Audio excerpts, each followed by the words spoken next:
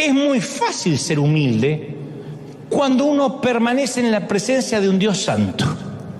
Muéstrame un tipo orgulloso, te voy a mostrar un tipo inseguro y alguien que no ora realmente. Porque arrodillarse y decir, Señor Jesús, acá estoy en tu presencia, dame, Señor, las multitudes y permite ir a las naciones y que la chiripiorca me agarre, eso no es orar. Orar es dejarse examinar por Él. Lo que más debe aterrarte es que vivas una vida playita, superficial, que diga, a mí me va bien, yo grandes problemas no tengo. Entonces déjame que te diga, dudo que tengas un propósito. Porque Dios no va a procesar a alguien porque sí. Cuando Dios te procesa, te quiere enseñar a administrar sus graneros. Cuando pasas tiempos de escasez, Dios te observa si te sigues alegrando. Si la alegría del hogar no se va, porque resulta que la alegría y la felicidad estaban reguladas por tu presupuesto. Cuando haces que tus hijos estén felices y agradecidos por el poco pan que hay, entonces Dios te observa que has sido fiel por lo poco y dice, este puede administrar graneros. Este está capacitado para una red repleta de peces. Pero Dios te observa. Observa la fidelidad. En la congregación, en la iglesia, te ponen en un sitio a servir que a lo mejor nadie te ve, parece que nadie te da las gracias. Dios observa tu actitud, literalmente se cumples, eres fiel en lo poco, te pone sobre mucho. Pero nunca he visto a nadie que no pueda obedecer, que no pueda servir en lo poco, que se tome un elevador y de la noche a la mañana de repente esté sobre mucho. No va a pasar. No va a pasar, es matemático, es de manual, está escrito. Yo a veces pienso cómo algunas personas salen de algunos ministerios, de algunas iglesias, de algunas compañías, y como salen, yo sé cómo les va a ir. ¿Por qué? Porque lo viví. Y lo peor que me pasaría a mí como papá espiritual es ver que sufran lo mismo que yo sufrí. ¿Quién quiere que sus hijos pasen la misma pobreza que el padre? ¿Quién? Un padre desalmado. Y lo peor que me puede pasar es ver a gente con espíritu de mosquito. Yo sé que ahí no vuelve nadie. Y cuando vuelven chamuscados, quemados. Entonces me dan ganas de decirle, no, vive el propósito, agradece este tiempo. Porque el propósito significa que el Dios de los sueños es más importante que los sueños de Dios. Entonces Dios nos lleva a veces por un embudo, ¿cómo decirlo?, por un valle, para que nos encontremos con Él. Y a partir de que uno tiene relación con Dios, uno es más fácil para luchar con el orgullo, no se te vuelan los pájaros por nada, mantienes la humildad, la sencillez. Yo puedo hacer bromas de mi orgullo, de mis torpezas, porque sé que cada día, aunque me cuesta horrores, estoy creciendo un poquito más conforme a la estatura de la plenitud de Cristo. Me falta, hasta que Cristo venga o hasta que me toque bajar al sepulcro, seguiré creciendo, porque Dios todavía tiene propósito para mi vida. ¿Crees que tienes propósito para Dios? ¿De verdad lo crees? ¿Quién cree que tiene propósito para Dios? ¿Quién cree? ¿De verdad crees que tienes propósito? ¿De verdad lo crees? Dios te va a moldear. Te va a moldear como el alfarero, te va a desarmar, te va a volver a armar, te va a quitar con el cincel, va a cincelar las partes ásperas de tu carácter. Y agradece cuando eso pase. Tiene que pasar. Hay cosas que yo le digo, Señor, ya no quiero volver a pasarla más. Y Dios me dice, sí, regresa otra vez. No has pasado bien la prueba. A veces me siento con el pecho inflado cuando reacciono en el espíritu y no en la carne. Porque la carne no es que se quedó en las aguas del bautisterio y murió para siempre. Eso que dicen, yo ya no tengo más carne. Yo acá no veo ningún espíritu caminando. Todos tienen carne. Algunos más carne que otros, pero carne al fin. De manera que uno tiene que luchar todo el tiempo. Todo el tiempo. Y a veces, ante una misma situación que ya vivía antes, ahora reacciono en el espíritu. Y antes reaccionaba en la carne. Como dije una vez, cuando reaccionas en la carne, hay una satisfacción. Se lo dije. Le dije de todo. ¡Ay! La carne hace qué lindo, pero el Espíritu en minutos se te empieza a afligir. El Espíritu Santo se contrista. Porque te escuchas lo que dijiste y no lo puedes creer. Es que me sacó de las casillas, es que sacó lo peor de mí, mi peor versión. Pero el diablo celebra y el Espíritu se contrista. Porque no tenías que reaccionar así. Porque no tenías que responder así. Porque el poder no puede estar sobre el otro. ¿Qué importa que el otro te insulte? Si reaccionas, eso es lo que hay en tu vida. Entonces tu corazón es una cloaca que cuando alguien la aprieta sale todo lo peor y lo más feo. Y yo he pasado por esas etapas donde reaccioné mal. Hasta el día de hoy daría lo que sea por volver el tiempo atrás y callarme la boca. Pero después me vuelve a pasar la misma situación porque Dios dice, esta es una materia que tienes que rendir, si no, no puedes conducir un camión de 18 ruedas. Y entonces ahora tengo ganas otra vez de que la carne se satisfaga y respondo en el Espíritu, con autoridad, con sentido común, pero no dejo que la carne tome lugar. ¿Y sabés lo que pasa? La carne se frustra. Ay, me siento un estúpido, tenía que haberle dicho. ¿Por qué no le dije? Pero el Espíritu Santo se vivifica y dice, bien hecho, siervo fiel, estás pasando el proceso. Entonces yo he llegado a comprender que los sueños de Dios son mejores que cualquier sueño que nosotros podamos soñar para nosotros mismos. El destino que Dios tiene para nosotros es mucho más grande que cualquier cosa que imaginamos para nosotros. Yo imaginaba que lo más lindo que me podía pasar era ser cantante. Nunca me hubiese soñado que Dios me iba a prestar oídos de millones de gentes para yo transmitir su mensaje. Dios tenía hoy no cambiaría por nada del mundo lo que Él me ha dado por lo que yo quería hacer. Por eso es vital que uno se dé cuenta a tiempo que heredar una túnica de colores no significa que estamos listos, porque la estupidez también se viste de trajes caros. José, estoy hablando del José bíblico, se vistió de Prada. Su padre le regala un traje de diseño. Algunos ya conocen la historia.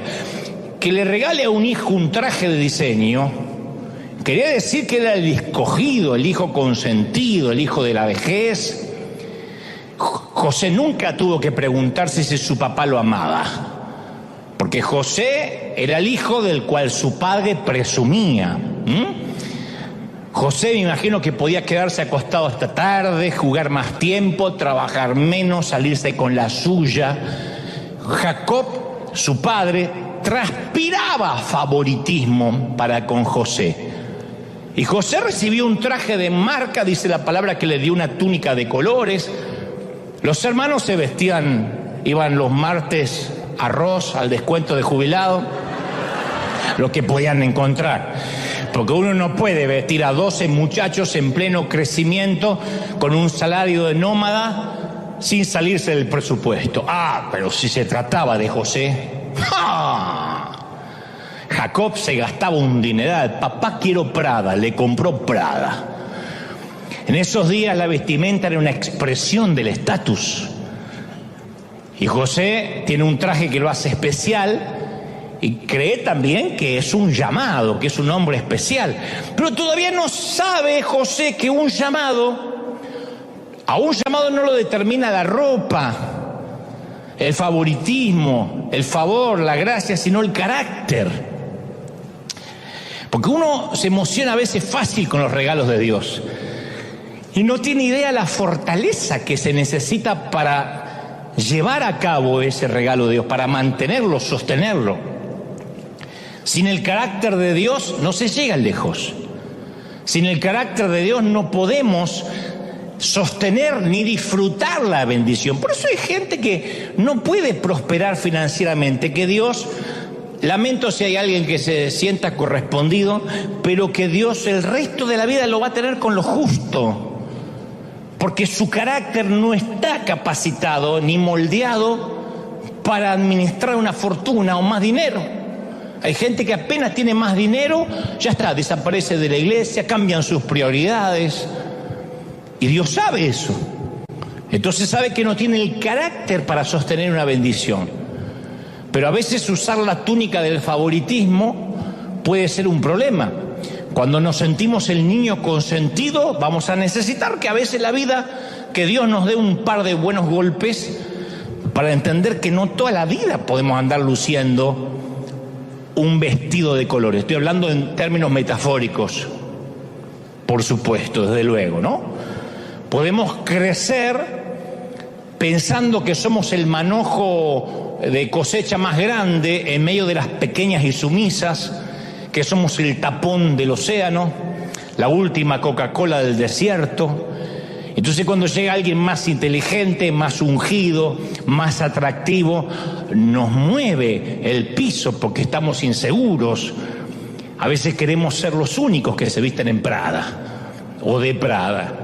Y debajo de ese traje de diseño, a veces escondemos el temor de perder nuestra posición favorable, porque José no solo vistió una túnica, sino que también tuvo grandes sueños acerca de su destino. Y los sueños en la época de José simbolizaban algo profético. Estos sueños eran impactantes porque hablaban del futuro de José.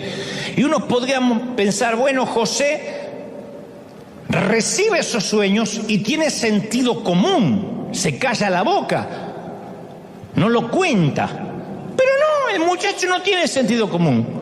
Reúne a sus hermanos que ya lo envidiaban, porque estos se vestían en Ross y esta andaba con su traje de Prada. Estos no tienen la túnica especial de él, ya lo odian, y el tipo les cuenta el sueño. Che, escuchen mi sueño, muchachos. Soñé que en un campo estaban todos los manojos de cosecha de cada uno, y de repente se levanta mi manojo de cosecha, mi gavilla se levanta más que la de ustedes. Y ustedes se reúnen alrededor de mi manojo y se inclinan. Esto quiere decir que un día voy a gobernar sobre todos ustedes. Yo voy a ordenar y ustedes se van a someter. Y ustedes se me van a inclinar expresando obediencia a mi autoridad. ¿No es genial? ¿No se alegran por mí? ¿Por qué no jugamos un poco al manojo póstrate para practicar? A ver, practiquen, inclínense ante mí. ¿Qué? Peor que un argentino recién llegado del Mundial. No lo soportaba nadie. Y el autor deja muy claro la respuesta de sus hermanos. Y lo odiaron aún más por los sueños que él les contaba. Esto es un serio caso de envidia manojera. Por contar sueños, o gavillera, por contar sueños que no tiene que contar. Ahora, José va a lograr grandes cosas, va a ser famoso, va a hacer que su padre se enorgullezca, y empieza a hacer autopromoción de lo grande que será su vida. Y ahí empezamos a descubrir que la estupidez también se viste de Prada o de Gucci, menos de Hugo Boss, pero además se viste de todas las marcas. Los pasos son parte de nuestro proceso de maduración. Yo a veces he orado para que Dios diseñe otro proceso a mi manera, más rápido. Jamás ocurrió. Porque el Señor ordena mis pasos. Y cuando intenté acelerar el proceso de Dios, me frenó diciendo, no, Dante, te saltaste un par de pasos, regresa al casillero anterior. Y acepté el proceso, con dolor. Tal vez quieres hijos, pero no estás listo para ser padre. Y el poder procrearlos no necesariamente significa que estás capacitado para ser padre. Quizás quieras una pareja, pero no estás listo para el matrimonio. Capaz que le estás pidiendo más a Dios en tu vida, pero tienes que aprender a manejar lo que tienes ahora. Entonces muchos renuncian al duro trabajo del proceso o se desencantan con el proceso porque no ven resultados. Ese es el gran problema del endeudamiento de mucha gente que a lo mejor conduce un auto que no puede sostener. O vive en una casa que apenas puede pagar porque se saltearon el proceso. Hay momentos que a lo mejor hay que achicarse un poco, vivir un poco más amontonados, hasta que seamos más holgados y podamos acceder a una cuota mayor, a una responsabilidad más grande. Pero cuando la gente quiere saltarse el proceso, a lo mejor no es la época de tener el último celular de ultimísima generación. No es el momento, a lo mejor, y no estoy hablando de pecado, digo, no es el momento, porque Pablo habla de pecado y de carga, de peso y de pecado. Despojémonos de toda carga, de todo peso y de todo pecado. Entonces el pecado lo entendemos fácil, pero el peso es aquello que nos autoimponemos sin que nadie nos pida. Y vivimos estresados porque estamos sosteniendo un elefante blanco que nadie nos pidió que adoptáramos. ¿Podríamos vivir más livianos? Claro. ¿Podríamos esperar a estar mejor financieramente? Claro, pero de pronto nos llegaron tantas tarjetas de crédito con tantas ofertas que pensamos, esto en mi país no lo podía hacer nunca, lo voy a hacer acá. Y de pronto estamos atados a 50, 60, 70 años de deuda. Porque la estupidez también se viste de Prada. Y no nos damos cuenta que hay que esperar un crecimiento. ¿Cuánta gente no sabe que el roble que imaginaron está en algún lugar de la semilla que ahora recibieron? Pero todavía no es roble. Y cuando la vida no va por el camino que habíamos planificado, ¿cuál es la opción más fácil? Renunciar. Mandarnos a mudar. Bueno, este empleo, esta familia, no es lo que soñé. Yo había soñado a esta altura de mi vida grandes cosas, jugar en una liga más grande, así que ¿para qué ser fiel en donde Dios me puso? Mejor me salgo y me tomo el elevador. ¿Sabe cuánta gente se toma el elevador? Y dice, no, yo voy a hacer el camino más fácil. Porque siempre el atajo parece más atractivo. Pero cuando uno renuncia al proceso, produce gente que vive en un patrón de renuncia constante, gente que hace una cosa, fracasa, hace otra cosa, fracasa. Busquen a aquellos que intentan tomar un elevador, en 2 o 3 meses no saben más nada de ellos. Dicen que Dios le cambió el llamado, que ahora Dios le cambió la asignación, que es la manera de decir fracasé porque me apuré. El crecimiento ocurre cuando decidimos ser fieles a una situación que no nos gusta, que todavía no comprendemos, pero aquí se demuestra mi fidelidad. El proceso siempre precede, es antes del logro, siempre. Dios no comparte su gloria con nadie. Cuando empezamos a tomar la gloria destinada a Dios y la empezamos a disfrutar, la unción del Espíritu Santo nos deja. Es inmediato, como apagar el interruptor de una luz. Entonces, ¿qué tiene que hacer uno en la vida? Tomar control de la lengua. Decir, no tengo que hablar, que hable mi vida, no que hable yo. Porque si tenemos problemas con el alardeo, con la presunción, tampoco es un problema solo de la boca, de la lengua. Porque a veces parece que está centrado en la boca, decimos fulanita, menganito es bocón.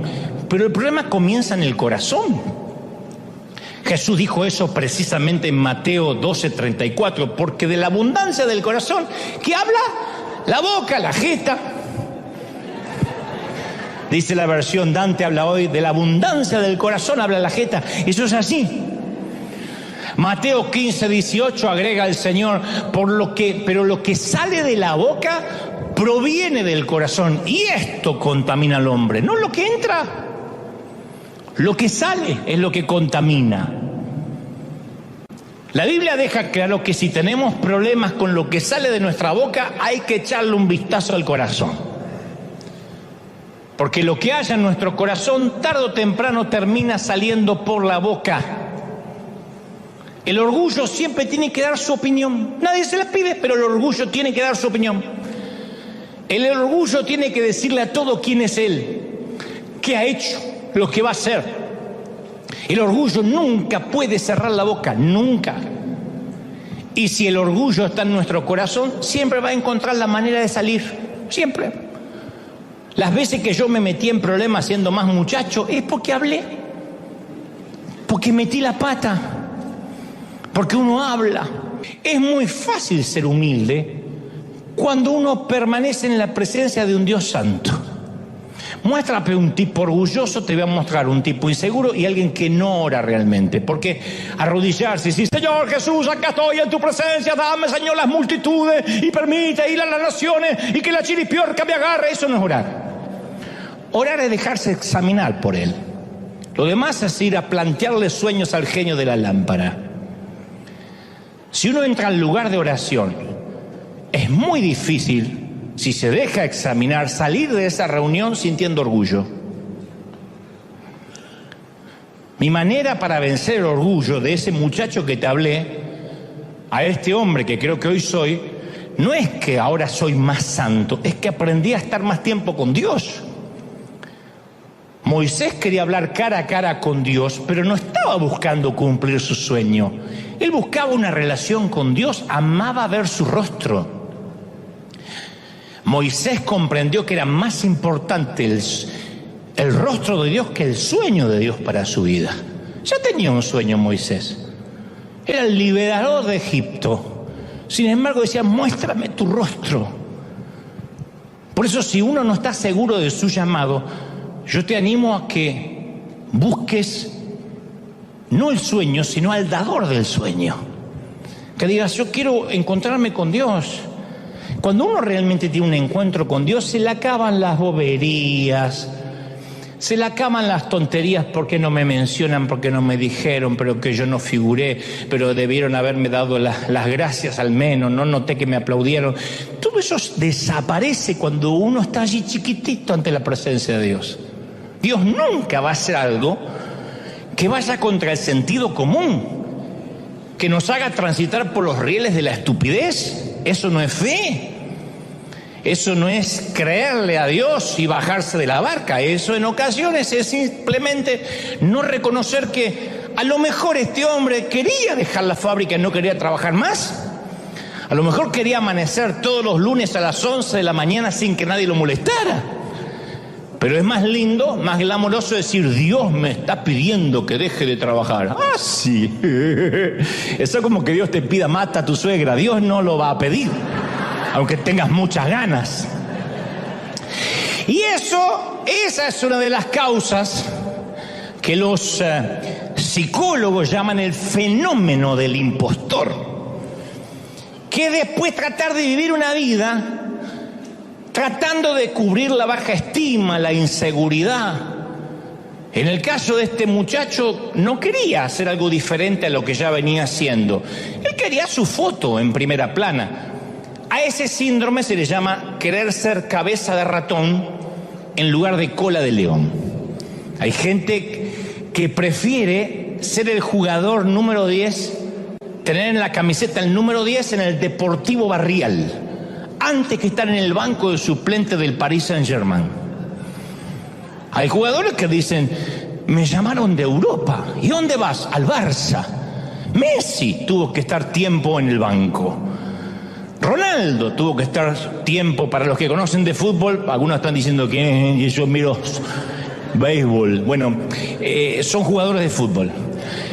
Ronaldo tuvo que estar meses sentado en una banca, pero estaba en un equipo europeo, en las grandes ligas, que es mejor que jugar en un partido, en un equipo pequeño de Portugal. Pero hay gente que dice, no, pero en Portugal, en Buenos Aires, en Caracas, en México, yo soy el número 10.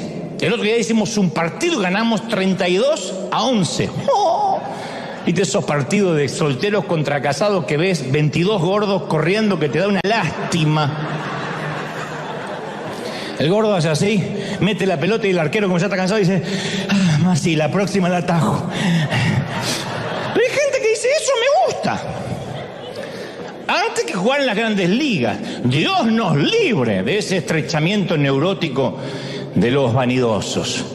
Pero todos enfrentamos ese desafío, todos, Y nuestro Padre también nos da regalo a través de nuestro crecimiento. Pero José comete un gran error.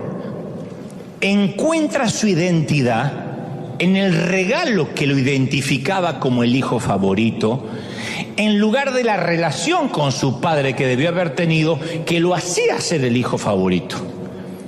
A veces el regalo es lo que nos empieza a dar identidad.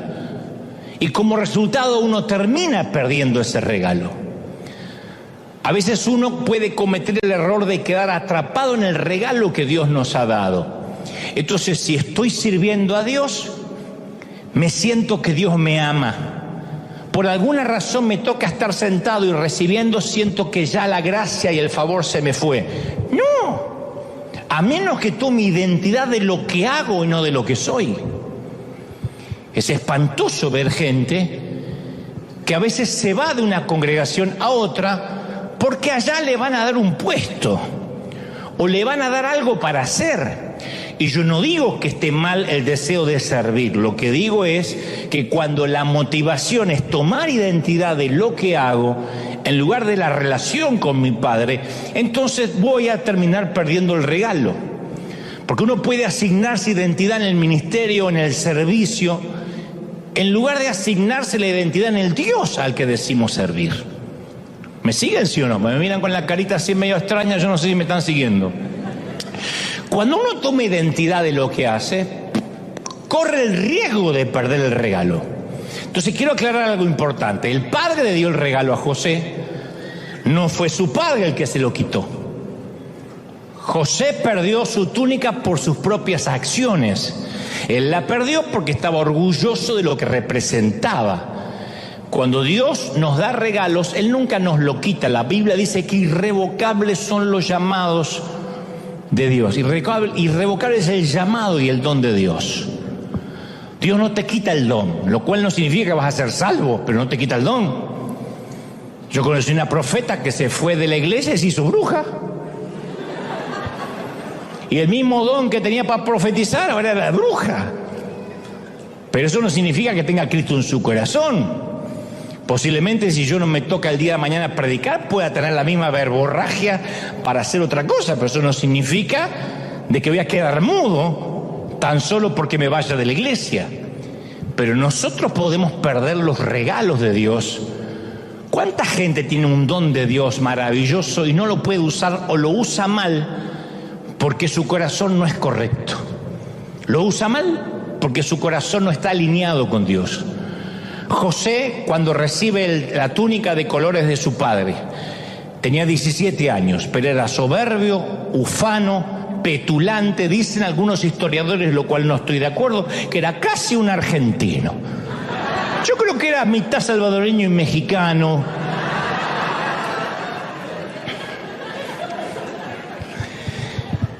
La Biblia dice que... ¿Cómo sé esto? Porque la Biblia dice que José apacentaba el rebaño con sus hermanos y traía un mal reporte de los hermanos. Yo no digo que los hermanos necesariamente eran unas carmelitas descalzas, por ahí eran malos tipos. Pero esto de que él traía un reporte malo de sus hermanos revela que José pensó de sí mismo como alguien calificado para hacer este tipo de juicio acerca del resto. Cada vez que uno hace un juicio del comportamiento de los demás, eso revela una actitud orgullosa de nuestra parte. Dios dice, tienes que cambiar. Sí, pero aquel, fíjate, está peor que yo. Ahora, ¿por qué Dios le daría un sueño tan grande a un muchacho de 17 años? ¿Qué la edad que se presume tenía José? ¿Por qué no esperar a que él fuera mayor, un poco más sabio, un poco más humilde? La respuesta es sencilla. Desde la túnica al trono siempre hay peldaños, escalones. Pero una de las razones por el cual el orgullo sigue apareciendo es que intentamos tratar con el fruto en lugar de ir a la raíz. Entonces cuando uno ve el orgullo en su vida, trata de sacar las tijeras de podar y decirme, tengo que cuidar un poco con lo que digo. Pero si uno no trata con la raíz del orgullo, va a continuar apareciendo y va a retrasar nuestro destino. ¿Cuál es la raíz del orgullo? Se llama inseguridad. La inseguridad es la raíz del orgullo. Si conoces a una persona orgullosa, conoces a una persona extremadamente insegura, que trata de enmascarar su inseguridad con grandes palabras pomposas, que en realidad es inseguridad.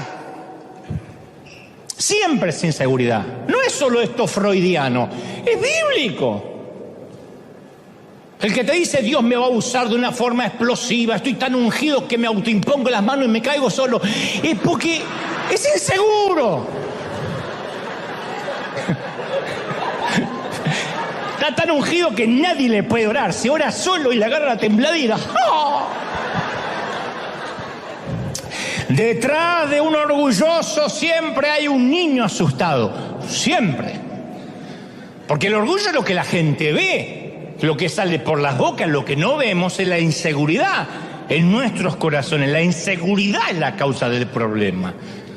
Por eso nunca vamos a poder tratar con el orgullo a menos que tratemos con nuestra inseguridad. Porque nuestra propia inseguridad es el combustible que pone a andar el comportamiento petulante. La inseguridad nos hace sentir que tenemos que hacerle saber a todos quiénes somos, lo que hemos logrado. Pero hay un defecto en esa lógica.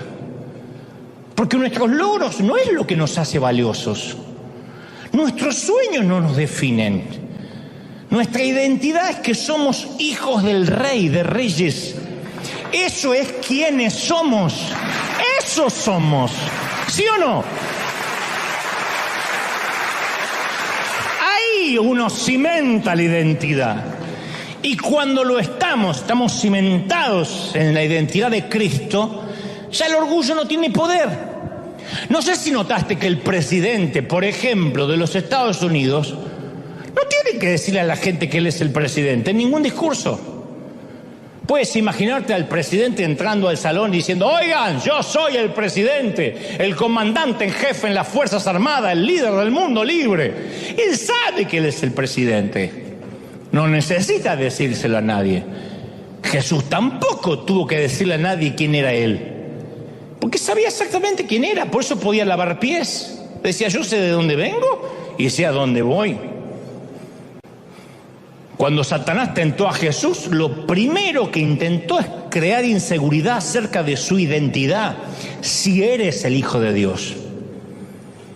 Y trata de tentar a Jesús para que demostrara algo. Y Jesús pudo haber dicho: sí, ¿cómo no? No te lo voy a permitir, yo soy el Hijo de Dios. Dame un minuto, te hago un par de milagritos y vas a ver quién soy. En lugar de esto, Jesús dio un hermoso ejemplo de seguridad. Él se aferró a las palabras de su Padre, dijo: escrito está. Y todo lo que Dios espera hoy de nosotros es que nos apoyemos en Él, que nos apoyemos en esa verdad. Jesús lo declaró en Juan 15:5, dijo: separado de mí, nada podréis hacer, nada. Yo siempre digo que soy un hombre sin oficio ni profesión, aunque hago televisión y puedo escribir alguno que otro libro y dar conferencias, sé que sin la unción de Dios, de verdad, no es falsa modestia, soy un torpe muchacho. Bueno, ya no tan muchacho, pero torpe.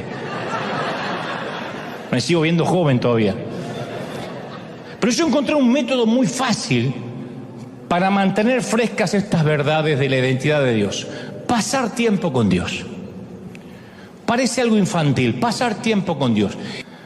Un conocido mío, cuyo padre es un reconocido ministro, decidió que tenía que tomar la posta de la sucesión ministerial, que tenía que ocupar los zapatos del padre, que tenía que ser el nuevo pastor porque su papá ya estaba anciano. Nadie lo presionó. Dudo que Dios lo haya llamado, pero como su padre le dejó el legado, le abrió las puertas que a otro le hubiese negado, no lo acuso de nepotismo. Digo que se le hizo más fácil que a otro. Él tomó eso como una confirmación de su llamado. Pasó más de una década tratando de ocupar el lugar de su padre, pero amargado porque se dio cuenta tarde de que heredar el apellido no significa heredar necesariamente el llamado. Si tu padre es arquitecto, no tienes que seguir la arquitectura necesariamente. Si tu padre es pastor, no significa que los hijos son pastores necesariamente y que nunca van a trabajar de otra cosa. Es fácil decir: mis hijos ocupan el púlpito porque me vieron de pequeño. Sí, pero a lo mejor no tienen llamado. El hijo quiere ser cualquier otra cosa. Se me viene a la mente una mujer muy insegura que cree que si tiene éxito como cantante y como profeta, va a tener la atención y el cariño de la gente. Y se aferra a ese sueño, aunque hay una evidencia abrumadora que no nació para cantar. Es como la novia de Shrek, canta y explotan los pájaros. No.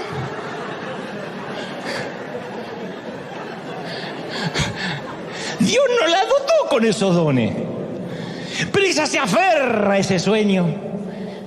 Y siempre que alguien trata de decirle que está cometiendo un error, le causa un dolor insoportable porque siente que la rechazan, que no creen en su llamado, que le quieren poner un pie encima. En el llamado de Dios no hay atajos, no hay elevadores.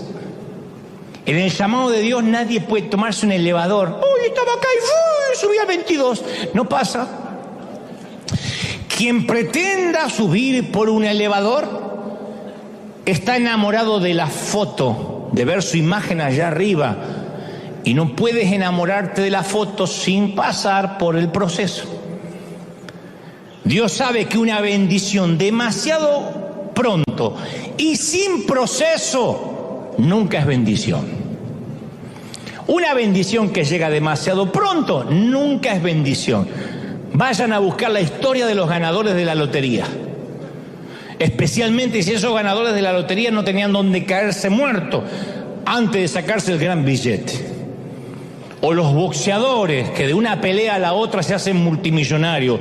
O futbolistas que firman un contrato astronómico, soberbio y sideral de la noche a la mañana y terminan con vidas disipadas, con vidas perdidas, porque no tenían el carácter para administrar, para sostener la bendición. Y la vida de José es una historia de buenas y de malas noticias. Es el consentido de papi, eso es muy bueno. Sus hermanos lo odian a muerte, eso es muy malo. Su papi le regala una hermosa túnica Prada, eso es muy bueno. Sus hermanos lo hacen trizas a la túnica, la cubren de sangre, simulan su muerte, lo venden como esclavo en un Egipto lejano, eso es muy malo. José se asegura un empleo equivalente a Silicon Valley en el Egipto con Potifar, un jefe rico, un magnate. Le cae muy bien a Potifar, así que se le concede mucho poder, le da un ascenso, trabaja en la oficina principal, termina haciéndose cargo de todo, es un gran empresario, aparece en la portada de Forbes. Además de todo eso, José es un hombre asombrosamente bien parecido a Tom Cruise, pero más alto, más guapo y argentino. Tiene todo.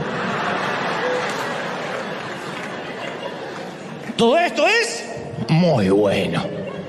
La esposa de Potifar está de acuerdo que es muy guapo, trata de seducirlo, eso es muy malo. José se resiste, eso es muy bueno.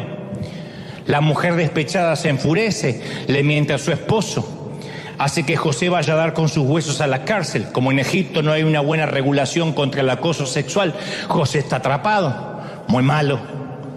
En la prisión conoce al mayordomo del faraón, interpreta su sueño, predice que el mayordomo lo van a dejar a salir en libertad condicional y se quedan de acuerdo que cuando éste salga en libertad condicional va a conseguir la libertad de José. Pero el mayordomo se olvida de José y él languidece en prisión, muy malo. Y uno se pregunta, ¿cómo termina esta historia? Lo que importa en las historias de buenas y malas noticias es cómo termina la última parte. Si termina con malas noticias, todo lo que haya pasado fue una falsa esperanza. Si la historia termina con buenas noticias, la historia entera queda redimida. No importa lo que haya pasado. Entonces hay una gran diferencia entre la fe y la necedad. A veces sabemos, estamos conscientes que estamos haciendo una estupidez, pero la disfrazamos con Dios me dijo, con Dios me llamó. Y eso es porque nos miramos al espejo de tanto en tanto y vemos un hermoso traje y pensamos que ya estamos listos para cumplir el sueño. Y nos olvidamos que la estupidez también viste de Prada, que la estupidez llega a los 40, a los 50, a los 60, a los 80. La estupidez no tiene límites y tampoco respeta edades y mucho menos niveles académicos. El Señor no envió a José a que fuera vendido como esclavo e incluso que fuera a prisión porque sí. Él estaba con él. Continuamente en las Escrituras, si ustedes leen la historia, van a decir, y Dios estaba con José. José estaba saturado de significado y de propósito. Una y otra vez dice, y Dios estaba con José en la cárcel, en la casa de Potifar, en el pozo, en la cisterna.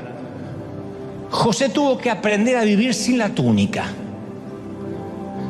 Cuando entendió lo que era vivir sin la túnica, recién pudo cumplir su sueño, alcanzar la profecía y llegar al trono.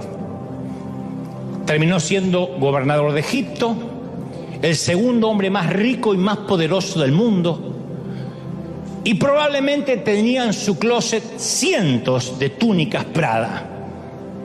Cuando ya fue poderoso, Dios le restituyó lo que había perdido al 100%. ¿Cuándo? Cuando José recuperó algo mucho más importante que la ropa, que una túnica. Cuando recuperó la relación con su padre. Durante años no supo nada de su papá terrenal, ni siquiera estaba seguro que vivía. Pero después que José se dejó procesar, restauró su relación con su padre y recuperó lo perdido. Entonces hoy quiero que agradezcamos por la temporada que nos toca vivir sin la túnica de colores, porque significa que Dios tiene un propósito. Quiero que te lo grabes. Si las cosas se están poniendo feas, es porque Dios tiene un propósito. ¿Cuántos de los que somos papás quisiéramos evitarle dolor a nuestros hijos, o no? ¿Quién no le daría por las noches una inyección de experiencia para que nunca le rompan el corazón a nuestra niña, para que nunca nuestro hijo lo despidan del empleo, para que nunca tenga una mala nota? Por eso hay padres que cuando vienen con una mala nota del colegio quieren ir y quemar el colegio con los profesores adentro, porque mi nene no se lo merece. Pero tiene que golpearse en la vida. ¿O no nos golpeamos nosotros en la vida? ¿O cómo llegaste hasta aquí? ¿Quién de nosotros salió de una cajita de cristal? ¿Quién vivió en una burbuja? Yo pasé años predicando en pequeños campamentos donde me ponían en el peor horario. Estaban todos los muchachos así. Yo decía, ya termino. Habían jugado la pelota, piscina todo el día, y me ponían a última hora a predicarles. Hacía programas de radio que escuchaban tres ancianas, que como no podían orinar bien, ponían la radio. Yo no entendía que mientras que yo trataba de edificar un ministerio, Dios estaba tratando de edificar a un hombre. Hoy, años después, por ejemplo, en River tenemos un orden, una excelencia, todo está cuidado, el servicio es detallado, minuto a minuto. Y hace poco un colega me dijo, nuestros servicios son más espontáneos. Mis mensajes, dice, son hasta espontáneos. Yo prefiero fluir en el espíritu. Dice, yo sé cuándo comienzan los servicios, pero nunca sabemos cuándo acaban. Pensé que yo iba a decir, mirá qué ungido. Y yo le dije, yo te felicito, pero una nave como River necesita un alto nivel de organización, de logística. Ya no podemos darnos el lujo de ser una iglesia de barrio a merced de las hormonas de su pastor. Pues yo soy muy delicado para decir las cosas. Y yo no, la iglesia no puede ser según mis hormonas. Hoy tengo ganas que ¿cuántos creen de que hoy nos vamos a las 3 de la tarde? Amén. Y no hay segundo servicio y ustedes lo que planificaron no sirve. Parece muy espiritual, pero yo digo siempre, cuando más manejamos, más nos debemos preparar. Cuando más deseemos, más necesitamos del proceso. Entonces, si yo conduzco un auto compacto, puedo hacer una maniobra rápido de último momento, pero si quiero conducir un camión de 18 ruedas, yo tengo que prepararme para el giro. Entonces, Dios no va a darnos cosas grandes hasta que no aprendamos a manejar las cosas pequeñas. Y este colega mío, mientras que siga teniendo servicios hormonales, dudo que alguna vez tenga una mega iglesia. Porque Dios no le va a decir, bueno, pero cuando tengas miles seguramente vas a respetar los horarios. Ahora eres un despadroso, pero cuando tengas miles, seguramente el servicio va a terminar a una hora prudente y te vas a preparar en lugar, no sé por qué estoy diciendo esto. Pero volvamos a nuestro José, dejemos a mi amigo en paz. Las Escrituras dicen que sus hermanos lo odiaban por causa de sus sueños, Génesis 37:8, y por causa de sus palabras. O sea, no eran los sueños de José lo que ofendía a sus hermanos, por si alguien está pensando, ¿y qué culpa tengo de que Dios me dé una visión? No, es la forma que hablaba de sí mismo lo que exasperaba a los muchachos. Pero los que tienen 17 no son los únicos que presumen, ¿eh? Desafortunadamente presume gente de 30, de 50, de 60. Parece que todos somos susceptibles a presumir en algún momento. Hace muchos años, San Gin, un querido predicador que coincidí con él en Argentina, me dijo, hijo, tengo una palabra, la tengo anotada, la encontré en la parte lateral de una vieja Biblia que tengo en casa. Dice, nunca te preocupes por promocionar tu fuego. Si de verdad lo tienes, la gente correrá de todas partes del mundo para verte arder. Nunca tendrás que hablar del fuego, el fuego hablará por ti.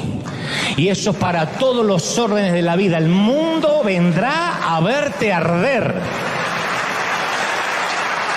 Vamos a orar, vamos a levantar nuestras manos al cielo y vamos a orar. Vamos a orar por los que están recibiendo al Señor por primera vez. Si nunca escuchaste un mensaje así, di conmigo, Señor Jesús, entra en mi corazón, perdona mis pecados, anota mi nombre en el libro de la vida. Gracias, Señor, gracias por perdonarme. Y ahora todos levanten sus manos al cielo. Yo quiero orar por ti, aquí en casa, los que están viendo desde otras partes del mundo, del planeta, de todo el globo. Dios te bendiga, Dios te guarde, Dios te llene. Padre, he transmitido lo que creo me has dicho que diga tu pueblo.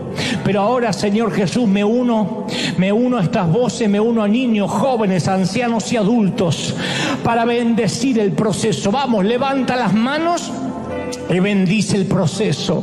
Dile, Señor, gracias por este tiempo sin túnica. Gracias por este tiempo de dolor, de escasez, de enfermedad, de panteones, de hospitales, de cuidados intensivos. Porque sé, hoy me voy con la confirmación de que hay un propósito, de que hay un llamado de Dios.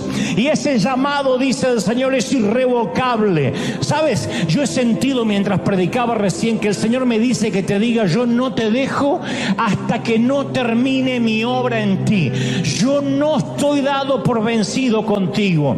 Y lo digo porque yo siento que hay gente que ha dicho, Dios se cansó de mí, lo harté, crucé todas las líneas de misericordia. Pero el Señor me dice, yo no me doy por vencido contigo. Yo sigo procesándote porque te he puesto con propósito.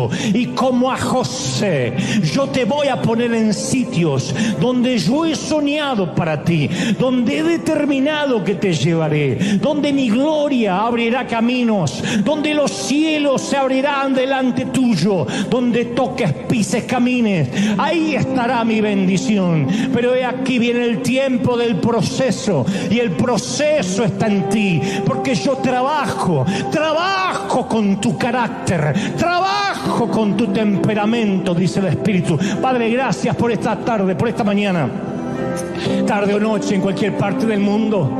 Levantamos las manos al cielo y adoramos. Adora conmigo, iglesia amada. Dios ha hablado hoy con su pueblo. Dios ha hablado no solo con River, sino con los que pertenecen a este río de todas y cualquier parte del mundo. Amados consiervos pastores, amados líderes, como los ama el Señor ahí en cualquier parte del mundo. Bendigo a aquellos que están luchando con una congregación pequeña, han soportado divisiones. El Señor me ha dado desde hace semanas una palabra para ustedes. No se entreguen, no se rindan, no baje los brazos. A veces un saneamiento, una limpieza, una liberación de las arterias de la gracia trae un nuevo mover. No retengas a los que yo he quitado, dice el Señor. No te preocupes por los que yo me llevo, porque dice el Señor, yo estoy preparando el terreno para lo que va a venir sobre tu congregación. Estoy orando por esos ministros que están luchando con enfermedades secretas. Están penando para poder pagar sus gastos privados. Y hay alguien especial que dice, no puedo ni decirle a la congregación, no sé qué van a pensar. Yo voy a sustentarte, dice el Señor. Pero estoy preparándote porque muchos de mis hijos, muchos de mis siervos los he perdido. Han perdido la sensibilidad conmigo, dice el Señor, a causa de que les di prosperidad. A causa de que sus cuentas bancarias se llenaron. Perdieron la sensibilidad, perdieron la dirección, dejaron de buscarme. Pero yo estoy contigo, empeñado en darte propósito, y tendrás lo que tendrás para administrar, porque yo no te dejo, dice el Señor, y te quiero en mi presencia todos los días. Vamos, levanta las manos, adora, adora, adora. Padre, he hablado lo que me has dicho a este tu pueblo, a este tu ejército, a estos obreros de primera línea. Gracias, gracias por esta mañana. Mayo, mes de bendición. Vamos, levanta las manos y declara que mayo se abren los cielos para ti, se abren los cielos para tu familia. Te bendice el Señor, te bendice en todas las cosas. Mayo de gloria, mayo de bendición, mayo de cielos abiertos. Padre, lo creo, lo declaro, lo confieso. Te damos gracias. Seamos bendecidos en el cuerpo, en el alma y en el espíritu. Amén y amén. Gloria al Señor. ¡Aleluya! Que Dios te bendiga, José. Hasta el domingo que viene. Bendecido, bendecido. Chau, chau, chau, chau, chau.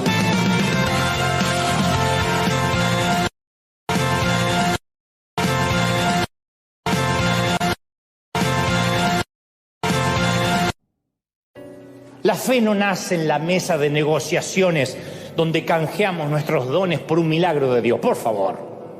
La fe no nace decretándola en un congreso profético. Son pamplinas. Te están timando. La fe tampoco nace pactando por un milagro. Son patrañas de alguna maratónica para robarte el dinero. La fe no es un premio que se otorga porque confesaste la fe. No es un título legado de los que se autodenominan apóstoles. La fe es una zambullida desesperada desde el bote de los esfuerzos, creyendo que Dios nos va a sacar del agua. Alguien tiene que creerlo, ¿sí o no? ¡Lleva! Y en la carta a los Efesios, Pablo escribe sobre esta clase de fe. Porque por gracia sois salvos mediante la fe. Y no es por ustedes, es donde Dios, no es por obras para que nadie pueda jactarse. Así que esto se trata de oír la voz y dar el paso. Como Pedro estamos conscientes de dos hechos, que nosotros nos hundimos y él se mantiene a flote. Es lo único que vamos a saber, es la única información que necesitas. Tú dices, pero el cáncer sigue, pero el Señor se mantiene a flote. Pero mi tormenta económica cada vez es peor, pero Dios está a flote. Tu problema sería que dijeras, vi a Dios y también se estaba hundiendo, pobrecito. Pero mientras que Él esté a flote, hay que tratar de sobrevivir, mantenernos mirándolo. Abandonar el Titanic de nuestro fariseísmo y nos paramos firmes en el sendero sólido de la gracia de Dios.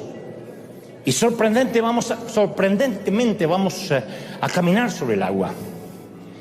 Y cuando la gente nos pregunte cómo podemos mantenernos firmes en tiempos de enfermedad y de crisis y en tiempos de problemas familiares, no nos jactemos, no fanfarroñemos. Hay que señalar sin vacilación a aquel que lo ha hecho posible. Hay que decir, es que yo fijé los ojos en Él. Cantar, fija tus ojos en Cristo,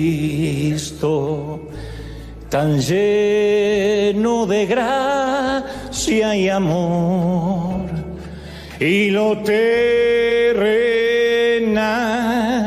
sin valor será a la luz del glorioso Señor. Fija los ojos en Él todo el tiempo. Algunos, a diferencia de Pedro, nunca miran atrás y lo celebro. Otros hemos sido como Pedro, uno siente el viento y nos llenamos de miedo otra vez. Quizá enfrentamos el miedo del orgullo. Bueno, tan malo no puedo ser porque fíjate, estoy caminando sobre el agua. Fíjate lo que puedo hacer. Quizá enfrentamos el viento del legalismo. Bueno, sé que Jesús está haciendo parte de esto, pero yo hago el resto, yo cuido mi propia santidad. Sin embargo, la mayoría de nosotros enfrentamos todos el viento de la duda. Soy demasiado pecador para que Él me rescate. No merezco que me salve la vida. Y nos hundimos más profundo en culpa. Algunos abrimos los ojos y lo único que vemos es oscuridad. Tratamos de respirar y no hay oxígeno. Y tratamos desesperadamente de volver a la superficie. Y con nuestras cabezas apenas fuera del agua, tenemos que tomar una decisión. El arrogante se pregunta, voy a salvar las apariencias. Así que prefiero quizá ahogarme en el orgullo. Sí, es una posibilidad. O clamo pidiendo por ayuda y me tomo de la mano de Dios y me meto el orgullo en el bolsillo. El legalista se pregunta, ¿voy a hundirme bajo el peso de la ley?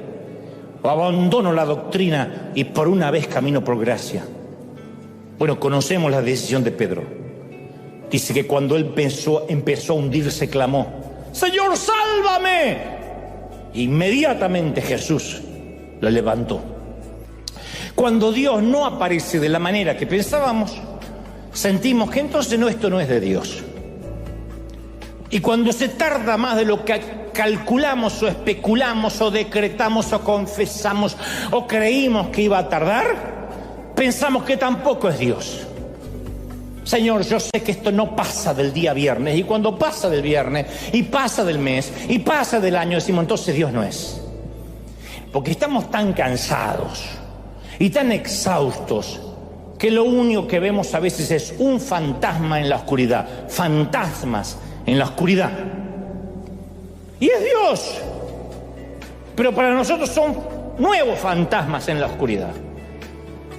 Porque los discípulos pensaban, a ver, cuando Jesús llegue, el mar se va a tranquilizar como la otra vez, el viento se va a aquietar como la otra vez, ¿o no? ¿Te acuerdas cuando lo despertamos? Dijo, viento, aquíétate, y el viento se calmó. ¿Por qué no lo va a calmar ahora? Si es Jesús, Él tiene que hacer todo lo mismo. Es como esos predicadores que dicen, si tú confiesas y lo declaras, vas a ser sano. ¿Por qué? Porque ya lo hizo muchas veces. Nadie tiene la receta de cómo Dios lo va a hacer. Ni los padres criamos distintos hijos iguales. ¿Por qué? ¿Qué sé yo? Porque cada uno entiende, comprende de maneras diferentes. Y porque uno no tiene la misma edad que cuando fue padre por primera vez, que cuando fue padre por cuarta, quinta o la vez 18. Mis hermanos siempre le decían a mi papá, Dante hace de todo con ustedes les aguantan cosas que a nosotros ni nos soportaban. Mi papá decía, pero cuando te tuve a vos, Sergio, yo tenía 20 años. Ahora tengo 50, ni me acuerdo que tengo hijo.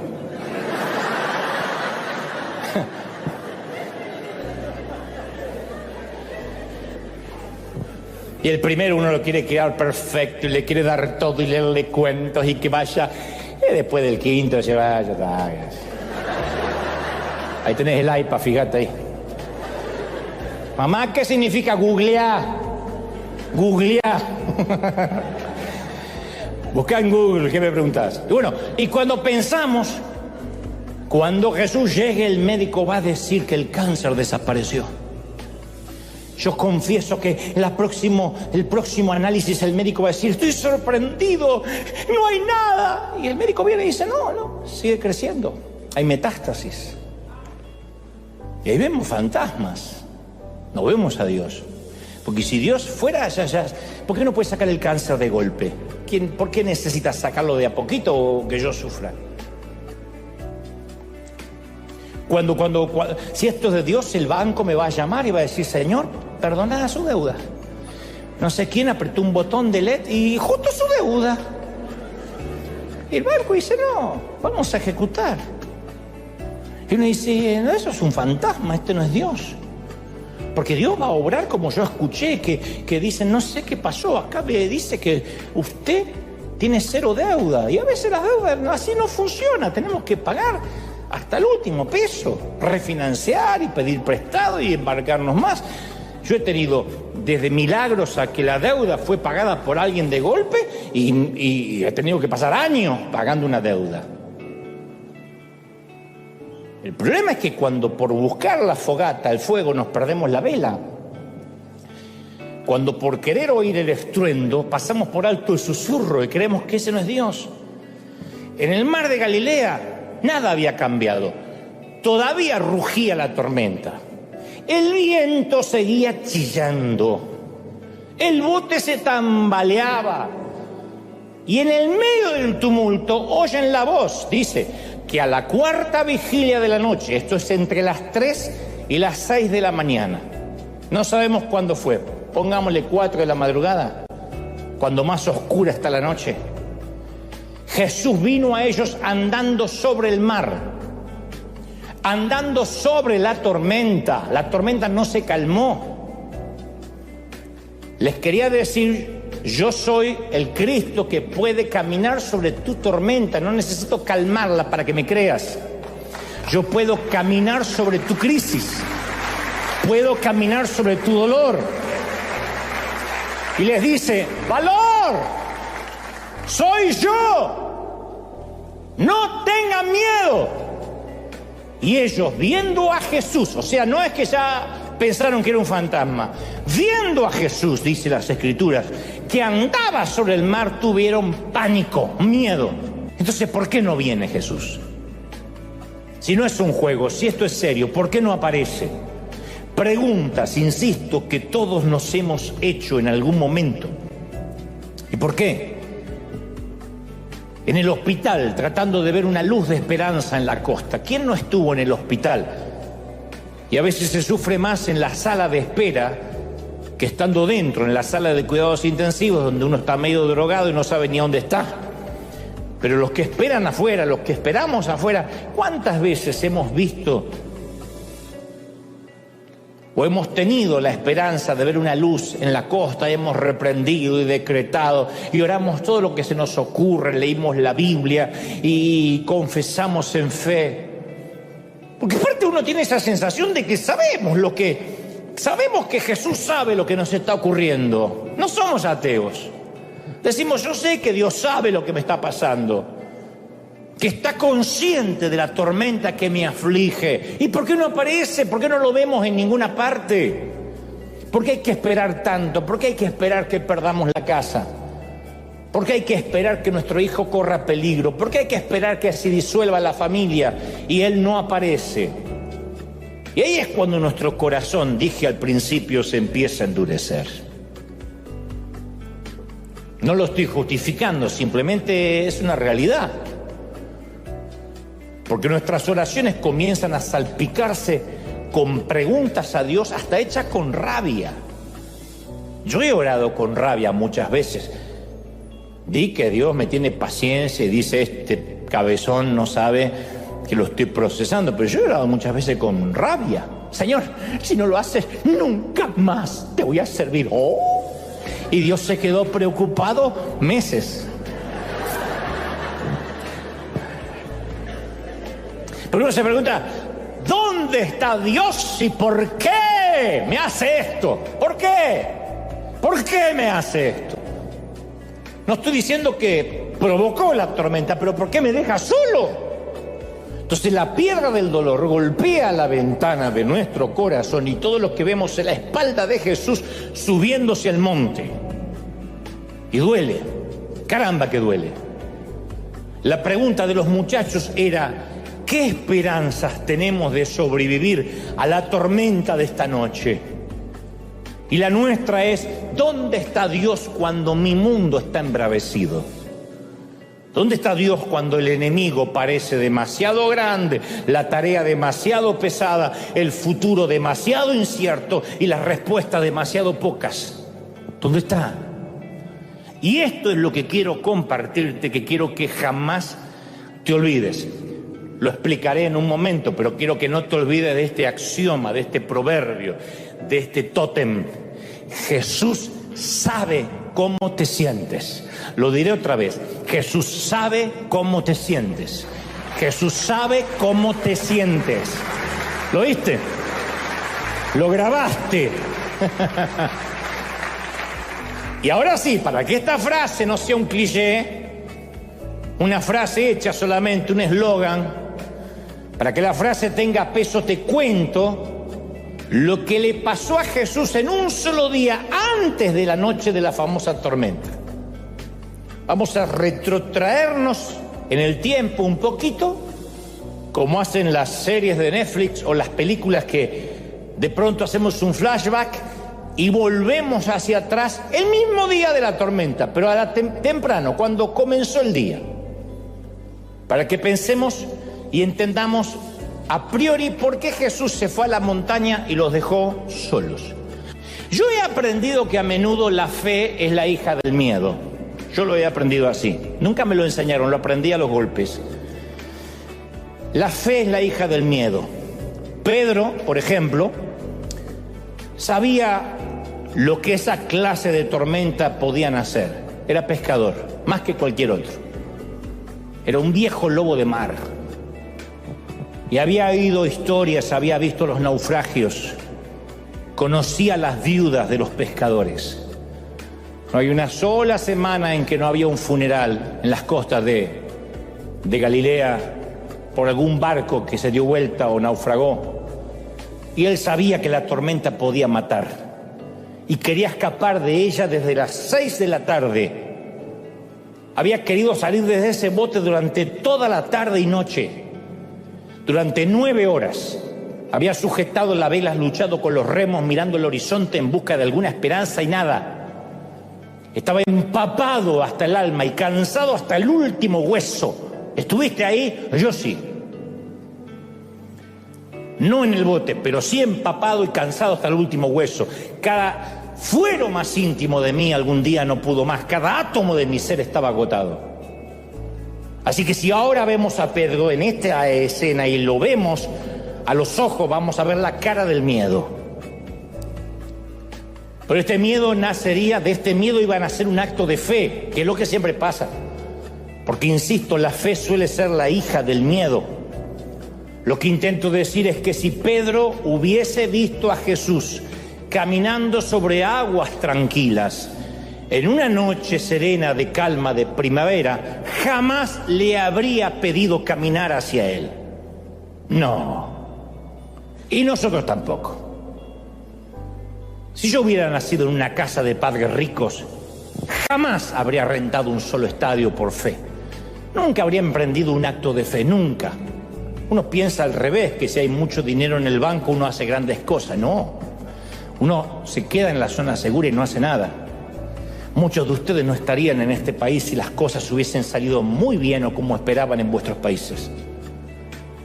Me consta que algunos cruzaron la frontera desesperados para tratar de darle un poco de dignidad a su familia, y algunos solos vinieron aquí a pelearse palmo a palmo con la vida, en una vida que es mucho más difícil que en nuestros países, especialmente cuando no hay legalidad, para poder mandar una remesa y poner un poquito de pan en la mesa para sus hijos. Para eso se necesita miedo, miedo a no morirse de hambre. Para eso se necesita miedo, temor de no quedarse en la pobreza. Y el miedo produce la fe, de eso estamos hechos los que hemos tenido miedo. Y entre otras cosas, jamás habría predicado un solo mensaje si no hubiese tenido pánico de hablar la primera vez. Jesús sabe cómo te sientes. Jesús sabe cómo te sientes. Cuando estás harto, cuando dices ya ni quiero servir a Dios, pero no por Dios, sino porque la gente me tiene harto. Jesús sabe lo que es arte la gente. Ay, Jesús amaría. No, Jesús también se hartaba, porque había gente como nosotros, pesada, neurótica, loca.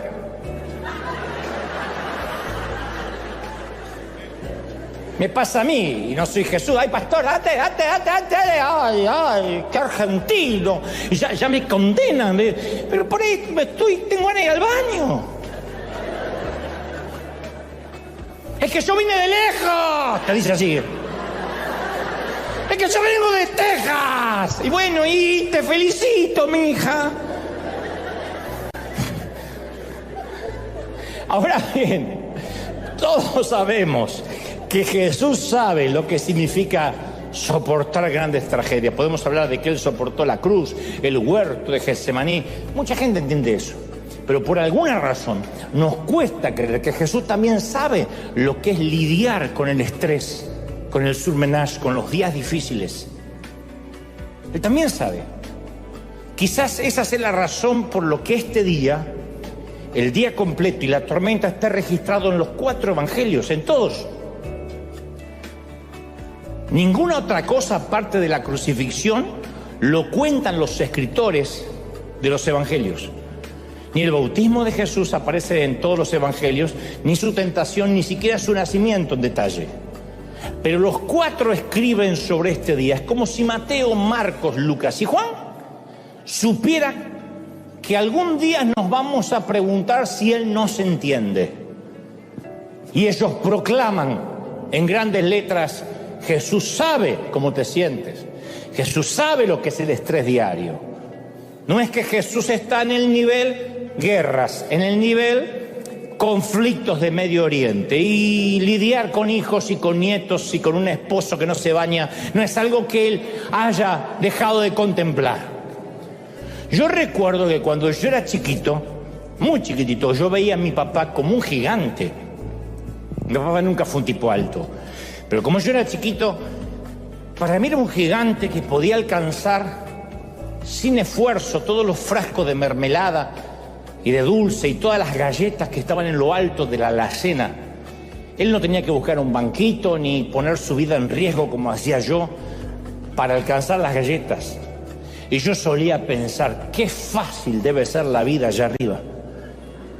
Él no sabe lo que es vivir acá abajo. Esa es una frase que jamás podremos decirle nunca a Dios, nunca. El escritor de los Hebreos 4:15 dice: porque no tenemos un sumo sacerdote que no puede compadecerse de nuestras debilidades, sino que Él fue probado y tentado en todo, según nuestra semejanza, pero sin pecado. Él pasó por todo, por todo, por todo. O sea, nos quitó el derecho a decir: jaja, qué fácil debe ser Dios la vida allá arriba, ¿verdad? Porque tú no sabes lo que es vivir acá abajo. Sí, Él sabe lo que es vivir acá abajo. Él sabe lo que se siente estar acá abajo. Lo sabe, no se ha olvidado. Intercede por nosotros.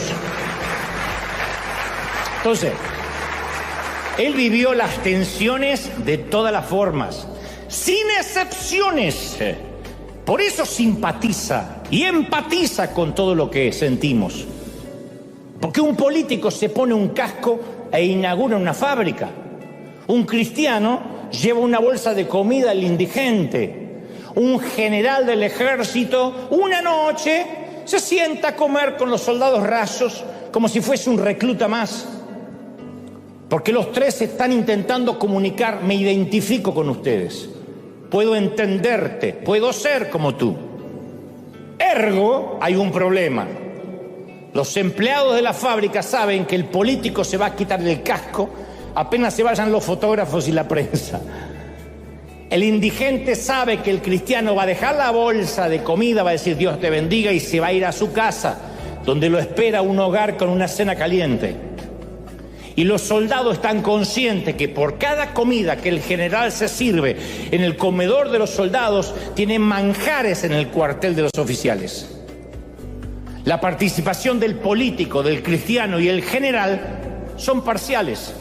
Es parcial esa participación. La participación de Jesús en nuestra vida es completa.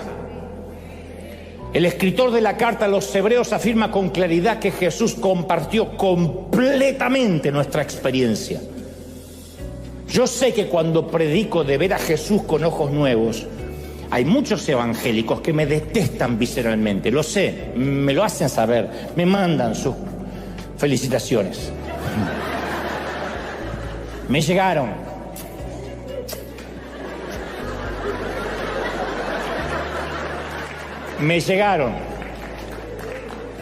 Yo creo que me han mandado tantas veces al infierno que si aún me fuera, Satanás dice, no, ya te mandaron mucho. Porque es más atractivo limpiar las manchitas del altar. Nos sentimos más seguros con un Jesús que se parezca más a un héroe de DC Comics. Jesús, cuando caminaba por esta tierra, termina de predicar, despide a la multitud para subirse a un monte a descansar, tener un momento de meditación, no sin antes enviar a sus muchachos, a sus discípulos, a navegar. Vayan a navegar, yo después los alcanzo. Mateo, el evangelista, es muy específico en el orden de los acontecimientos. Hace un orden arbitrario, intencional, porque tiene mucho que ver con lo que se va a desarrollar. Dice que Jesús envía a los discípulos al bote, acto seguido despide a la multitud, había un gentío, y él, en tercera instancia, se sube al monte a orar.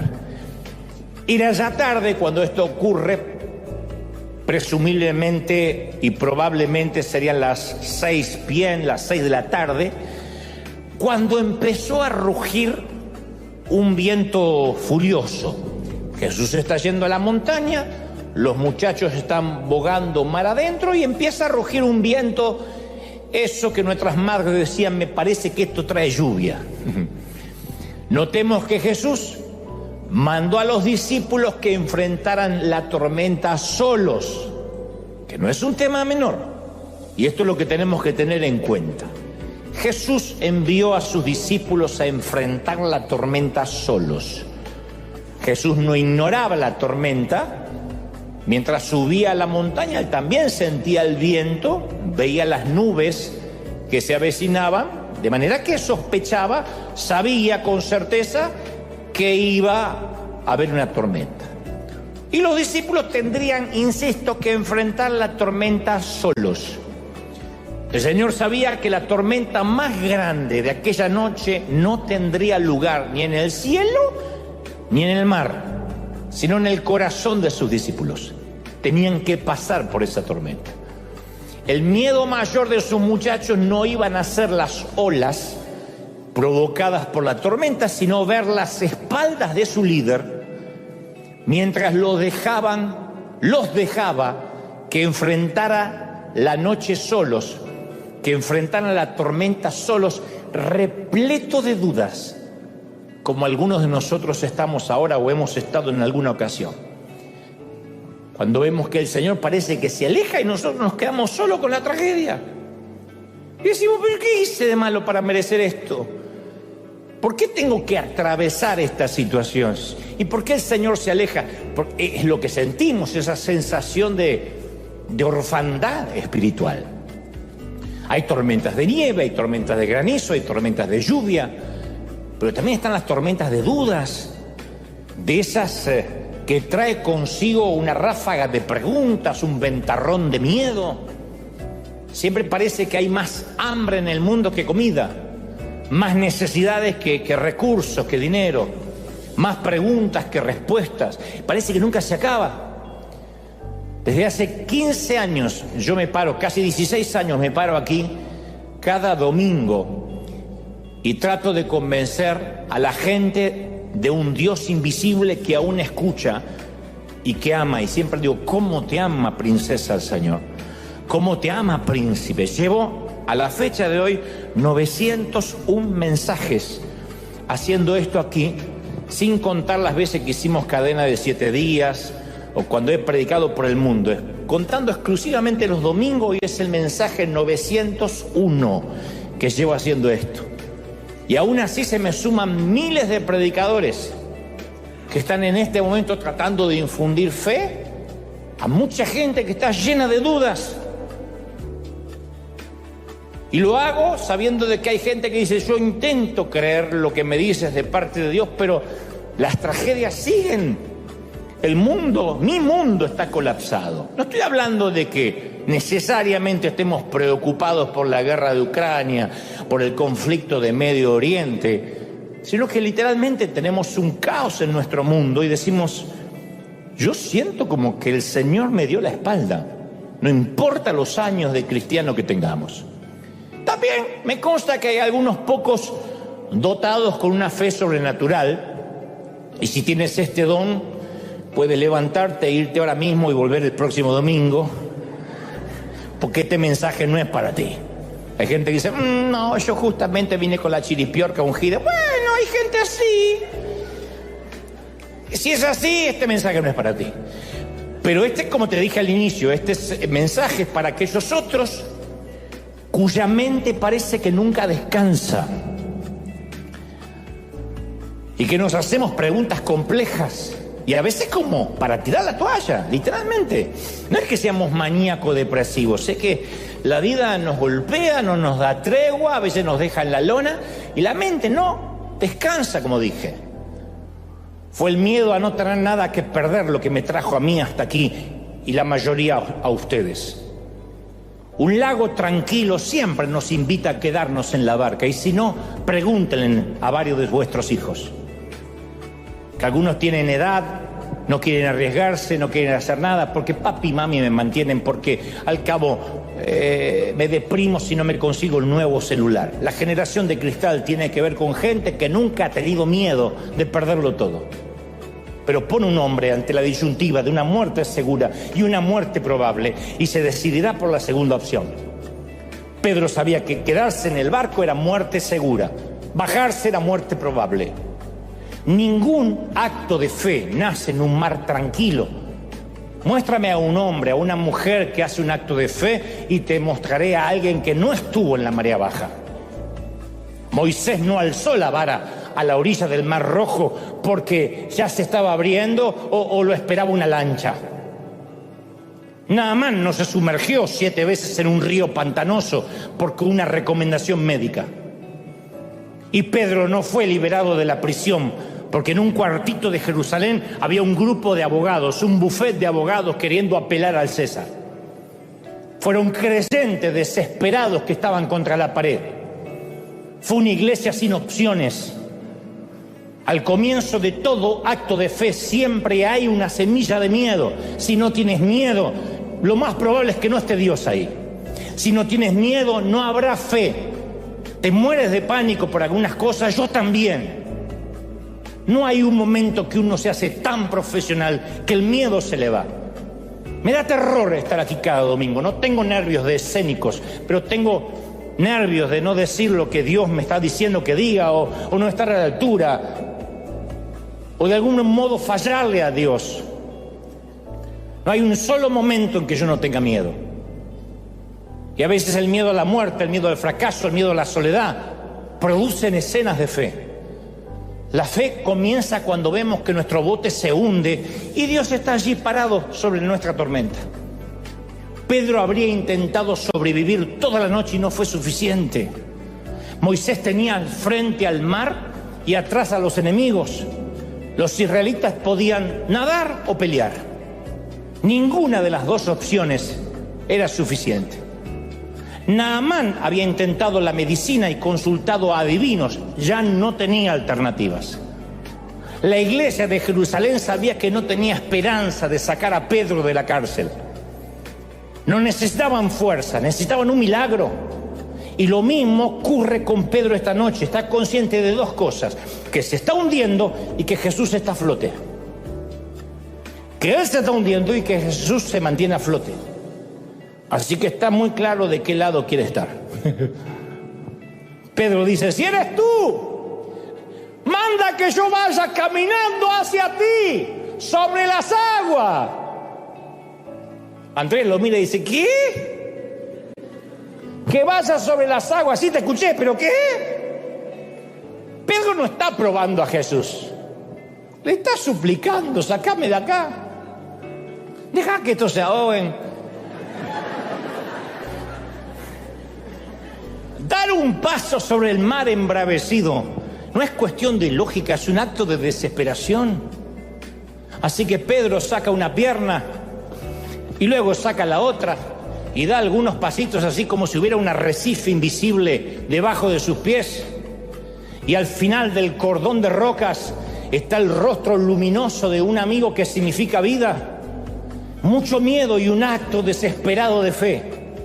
Este mensaje de hoy va dirigido especialmente para aquellos que alguna vez a través de la ventana de nuestro corazón pudimos ver a Dios de una manera diáfana, de una manera lozana, clara, especialmente cuando esa ventana de nuestro corazón, insisto, estaba intacta, transparente.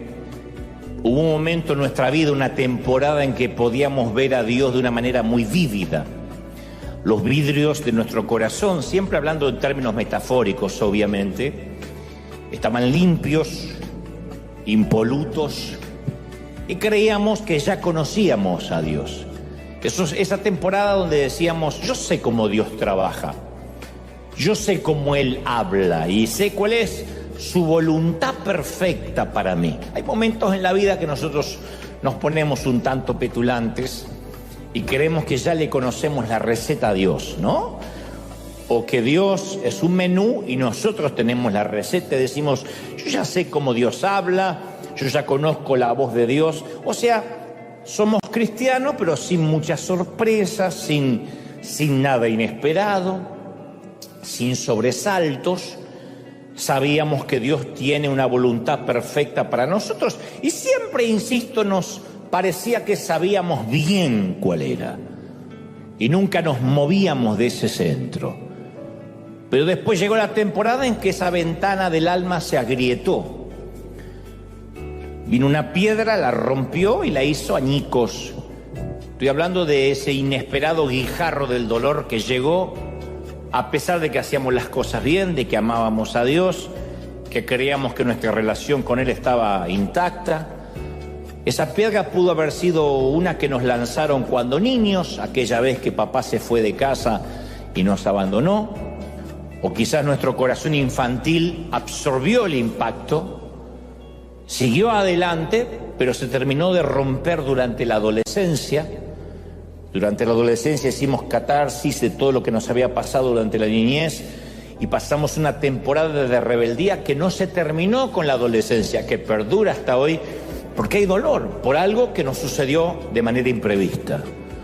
O tal vez cuando la ventana de nuestro corazón se hizo trizas, ya éramos adultos y llegó en forma de una llamada telefónica, a veces de la estación de policía, del hospital, un diagnóstico médico, un mensaje de texto, una carta certificada con los papeles de la corte, lo que sea cuando sea que haya sido, la piedra nos alcanzó inesperadamente y cualquiera haya sido la forma de esa piedra, el resultado siempre es el mismo. Una ventana, ¡pac!, que se hace pedazos. La piedra golpeó el panel de vidrio y lo destruyó. Y el golpe resonó, retumbó en los pasillos de nuestro corazón. Y desde ese preciso punto de impacto se creó una telaraña de piezas fragmentadas. Y de repente Dios ya no fue fácil de ver. El mensaje va dirigido a aquellos que dicen, a partir de aquel infortunio, la visión que yo tenía de Dios ya no fue tan lozana, de pronto cambió. Tratamos de ver a Dios después de la tragedia o después del golpe o del piedrazo, pero la figura como que está distorsionada, como, insisto, como tratar de ver a través de un parabrisas o de un vidrio roto. Siempre se ve distorsionado el paisaje. Y se nos hizo muy difícil ver a Dios por encima de nuestro dolor.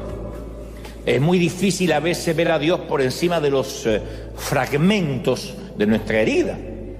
Fundamentalmente porque estamos llenos de preguntas y razonamos, si Dios me amara, no debería haber permitido ciertas cosas en mi vida. ¿Por qué las permitió?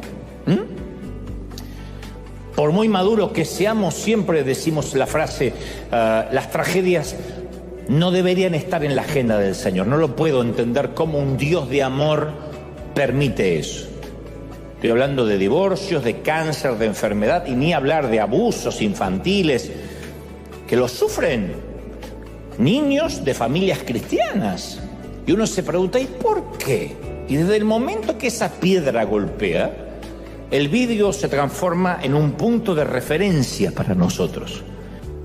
Y tenemos preguntas como se hicieron los discípulos durante aquella tempestad que se desató de repente, porque apenas Jesús se separa de ellos, se meten en la barca, en el botecito, y la tormenta empieza. Y todo lo que veían eran cielos negros, mientras que ellos trataban de remar en el estropeado bote, remaban en una travesía de pesadilla. Se transformó de 0 a 100 en una pesadilla. Enormes vientos levantando crestas blancas de espuma en un mar de horror. Pesimismo que no permitía ver la orilla, oscuridad que hundía la proa, nubes que parecían humo pesado. Y los relámpagos parecían la batuta de un director de orquesta que daba las órdenes para que retumbaran los timbales del trueno, así que cada relámpago presagiaba un trueno que los hacía estremecer.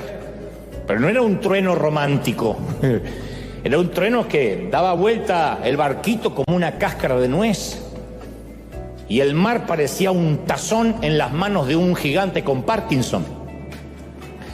Y por momentos quedaban suspendidos en el aire y un segundo después caían de bruces en el valle del agua furiosa.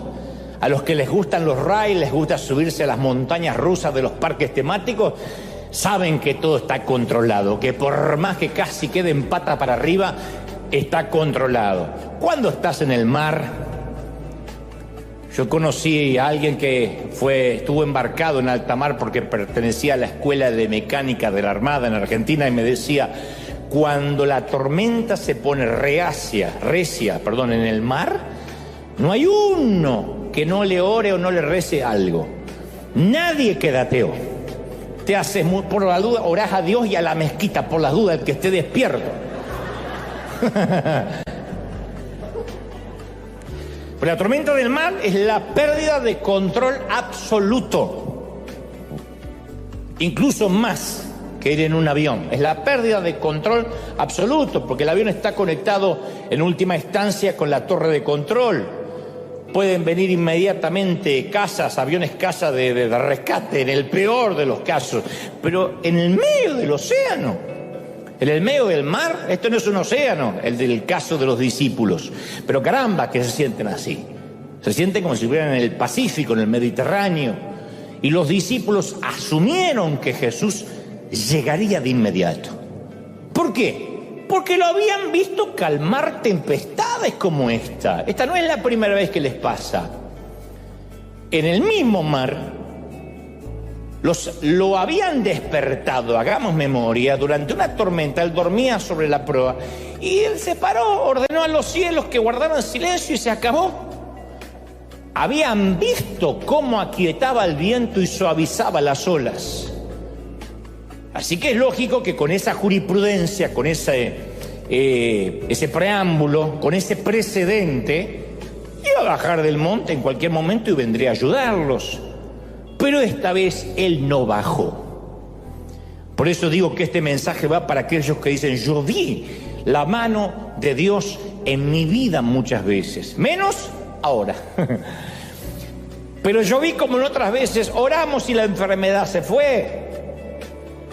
Reprendimos y la suegra no encontró la casa. Pero ahora no está resultando, va a venir esta Navidad. Ahora, los muchachos tenían los brazos acalambrados de tanto remar. Y de Jesús, ni señales, nada. 3 horas, 4 horas de tempestad y los vientos embravecidos. Y la nave dando tumbos y nada de Jesús.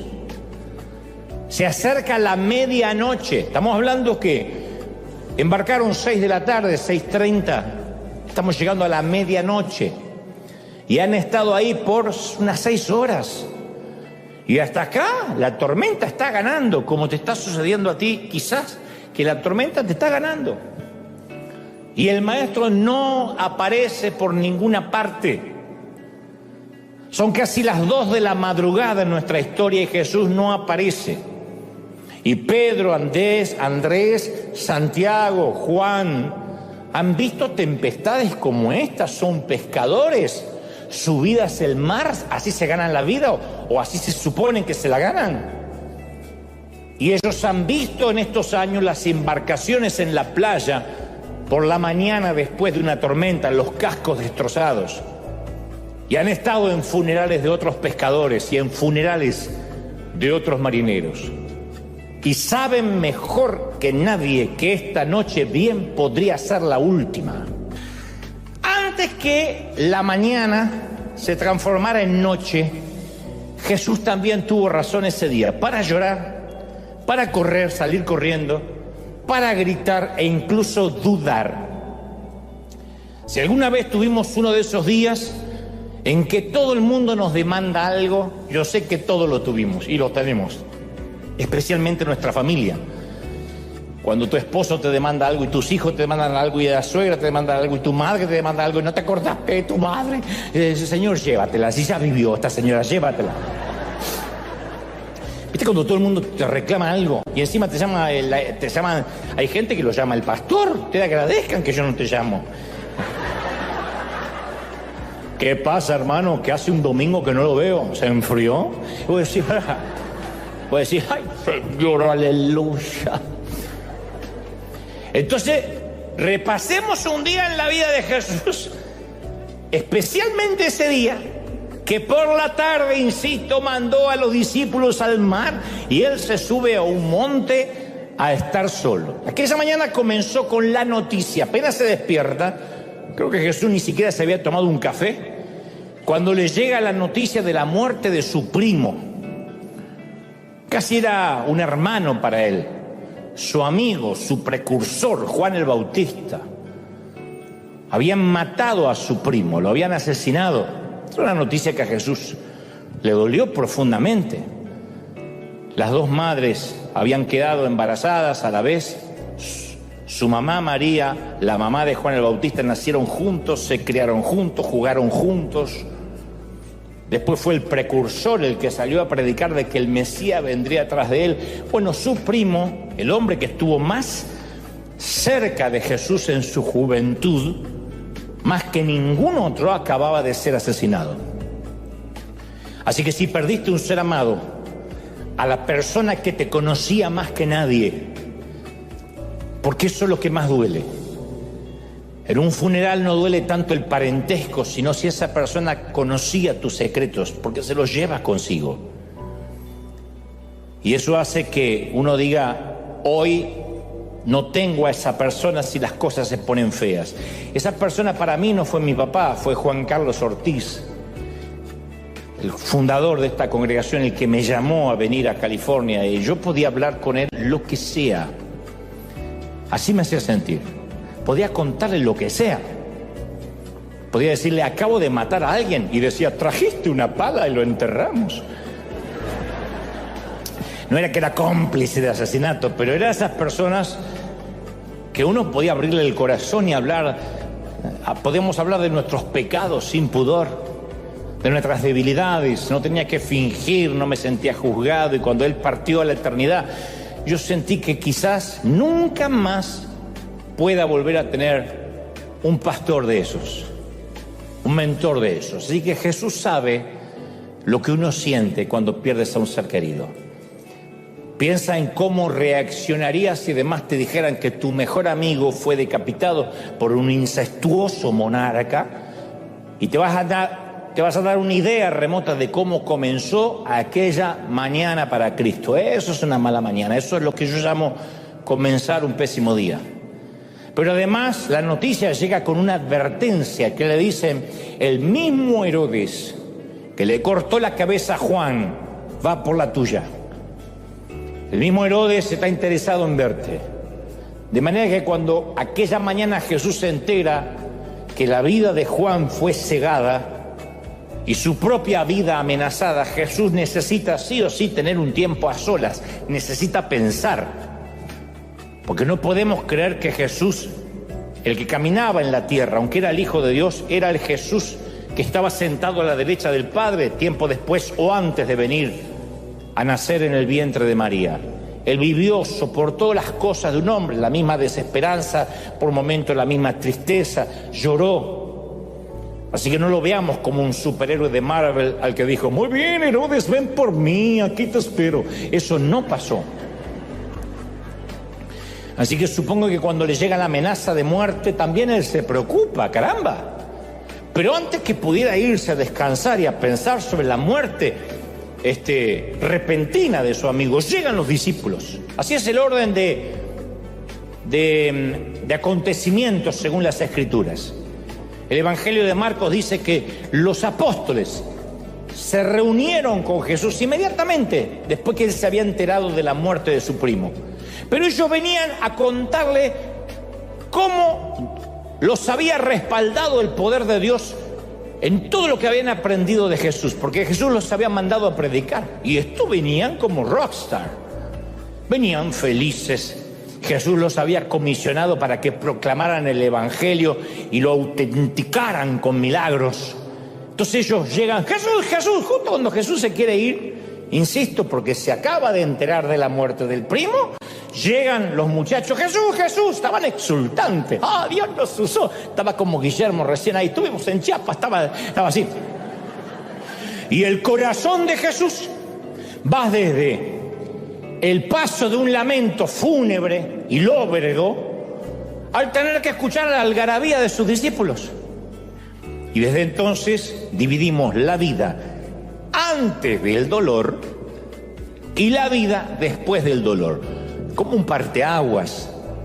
Hay un momento en la vida, y no hablo de una cuestión menor, de un examen de matemáticas en el cual no fue mal, una multa, un ticket en el tránsito. No, yo hablo de esas tragedias que literalmente dividen nuestra vida en un antes y un después. Y ya la vida no es como la conocíamos. Antes de nuestro dolor, Dios se veía y se sentía muy cercano. Podíamos orar, podíamos buscar a Dios y decíamos, ahí está. Después del dolor fue más difícil de ver y sentir a Dios. No porque Dios se haya distanciado, sino porque nuestro paradigma, nuestra perspectiva cambió. Como que si el haber tenido que pasar por esa crisis inesperada, si bien no eclipsó a Dios, pero sí sentimos que esa crisis lo quitó a Dios de nuestra vista. Y de algún modo extraño nos cuesta orar, nos cuesta buscar a Dios porque nos desilusionamos con Dios. Yo sé que Dios es soberano, que Él sabe lo que hace y que Él no tiene que pedirle permiso a nadie. Eso nos lo pueden decir cientos de veces, aún así la desilusión está. Sería torpe decir, no nos duele porque sabemos que Dios es Dios. Claro que duele cuando nos pasa algo a nosotros. La mayoría de nosotros podemos completar esta frase que comienza diciendo, si Dios me amara, entonces... Y ahí podemos completarla con, no habría permitido este cáncer. Si Dios me amara, nunca mi hijo habría sido sepultado antes que yo. No habría Dios permitido que la iglesia se dividiera por un chisme. Y esto se lo han preguntado pastores, yo tengo amigos, consiervos que me han dicho, yo no puedo creer con todo lo que yo luché 30 años en una iglesia y por un chisme infundado, por el levantamiento de una mentira, media congregación se fue.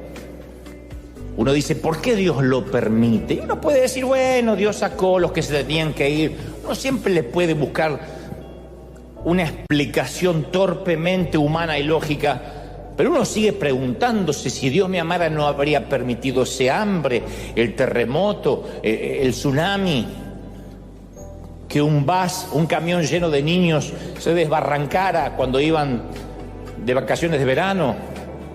Entonces esa frase, si Dios me amara, no habría sucedido, definen las expectativas que tenemos de Dios.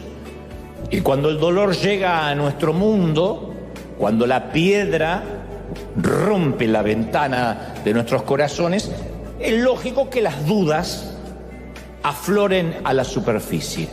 No está mal dudar.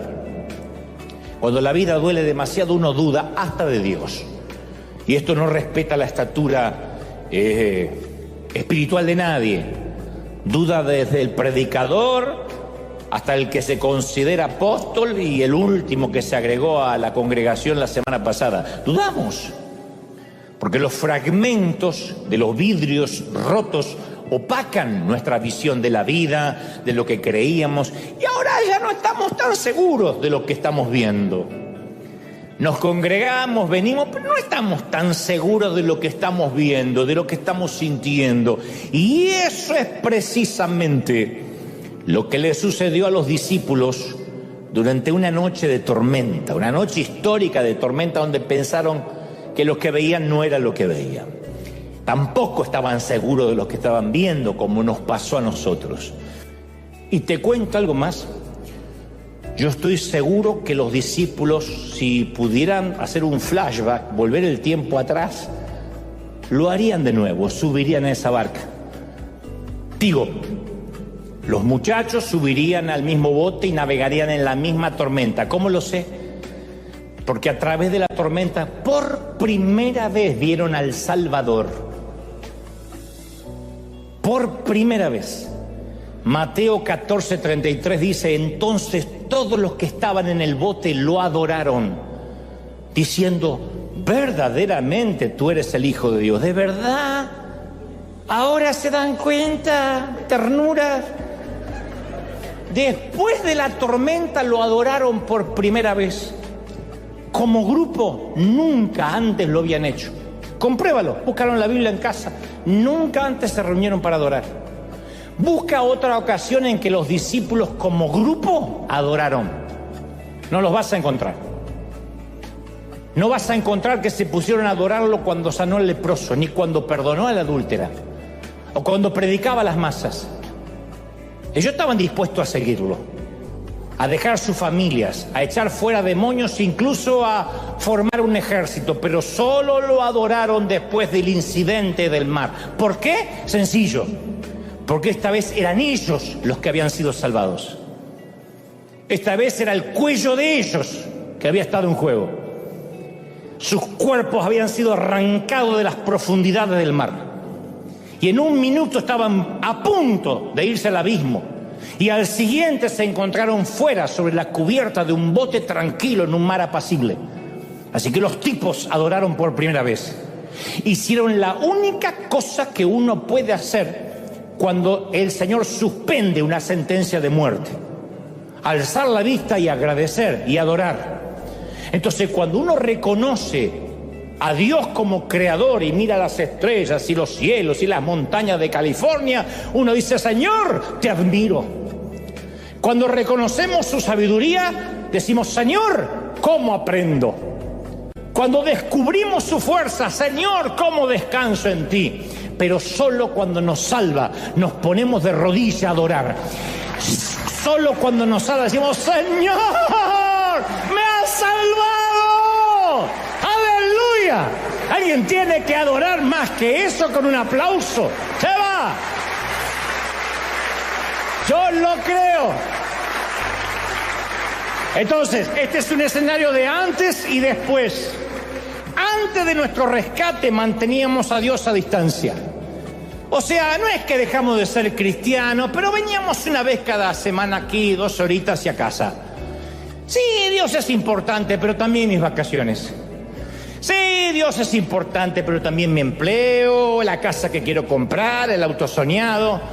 O sea que Dios comparte el mismo lugar con otras prioridades. Pero entonces un día viene la tormenta. La furia, la lucha, el soltar amarras, la noche sin estrellas. Y la casa, el auto y el celular nos importa un cuerno. Porque llega el cáncer, el diagnóstico, la quiebra, el divorcio, el vicio, el conflicto, la salud frágil, el despido. Y nos ordena los patitos otra vez. Cae la desesperación como niebla y perdemos la orientación. Y fue cuando torpemente nos dimos cuenta ni que el empleo, ni las vacaciones, ni el amante, ni el sexo nos pueden sacar de la tormenta.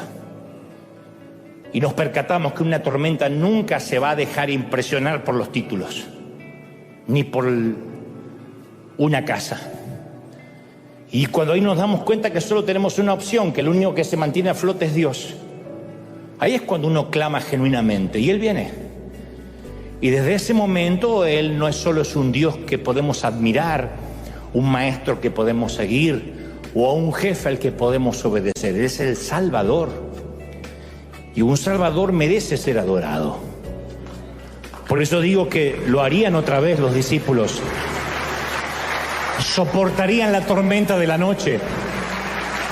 Mi querido, mi querida, una temporada de tormenta es un precio pequeño a pagar, cuando luego vas a obtener una visión muy clara de Dios.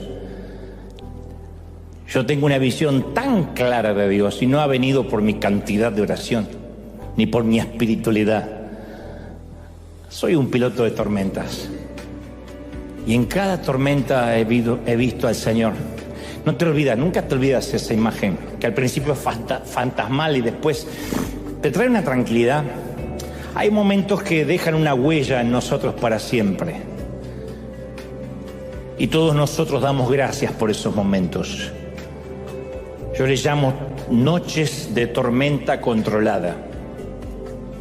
Por esa tormenta en que Dios nos deja que nos asustemos lo suficiente como para sentir que no hay opciones y lo necesitemos. Y luego se acerca lo suficiente para que lo veamos. Al principio sentimos la desorientación del naufragio, ¿cómo no? Pero lo bueno de esto es que nos obliga a buscar a Dios con una intensidad que no lo buscaríamos de otra manera. Las temporadas y las tempestades imprevistas nos ponen de rodillas y nos vuelven dependientes del Señor. Todos los nuevos capítulos de mi vida siempre suelen comenzar con una enorme tempestad, siempre. Yo no las pido, no es que soy masoquista, no oro para que vengan, pero siempre aparecen. Y como piloto de varias tormentas vividas, voy a darte un consejo que no me estás pidiendo, pero que siempre me ha resultado. Aférrate lo más fuerte que puedas al primer mástil que encuentres a bordo. Resiste los próximos diagnósticos médicos, resiste las próximas intimaciones de pago, resiste. No dejes de tener fe. Tarde o temprano, te prometo, el Maestro vendrá. Ten mucha paz. El Salmo 46 dice: Dios es nuestro refugio y nuestra fuerza, y nos ayudará en tiempos de tempestad. Por lo tanto, no temeremos cuando vengan terremotos y las montañas se derrumben en el mar, que rujan los océanos y que hagan espuma, que tiemblen las montañas mientras suben las aguas.